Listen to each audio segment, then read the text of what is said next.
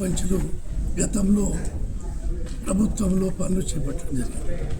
CC రోడ్లు కానీ side drains కానీ ఇతరత్ర పనులు చేపట్టడం జరిగింది. పేద సర్పంచులు 5 లక్షల నుంచి మినిమం 50 లక్షల వరకు రాష్ట్రంలో తెలంగాణ రాష్ట్రంలో 12,730 సర్పంచులు పనులు చేశారు.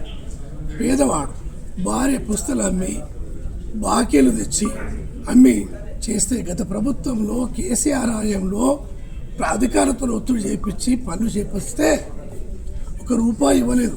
ప్రభుత్వం ఇంకా 1.5 year ఉన్నప్పటికీ కూడా ఇవ్వకపోతే 11 సర్పంచులు ఆత్మహత్య చేసుకున్నారు. అప్పటి నిధులే, అప్పటి బిల్లులే, బకాయిలే ఈ పరిస్థితికి వచ్చింది. కేసీఆర్ కొన్ని లక్షల కోట్లు దోసుకపోయి ప్రజలను ఇబ్బంది పెట్టి ఇవాళ సర్పంచ్లు నానా ఇబ్బందులు పడితే 11 సర్పంచ్లు చెప్పారు. ఈ సందర్భంలో సరే ఏది ఏమైనా మన సర్పంచులు, మన రాష్ట్ర ప్రజలు సర్పంచ్ల బిల్లు ఏమవుతుందో అధ్యక్షుల వారు మేమంతా కార్యవర్గం సీఎం గారు దృష్టికెళ్ళి వాళ్ళ పేదల సర్పంచులు ఎవరైతే బిల్లుస్ ఉన్నాయో తప్పకుండా సీఎం గారిని ఒప్పించి బిల్లులు ఇప్పించడానికి కృషి చేస్తామని చెప్పి మనం చేస్తున్నాం.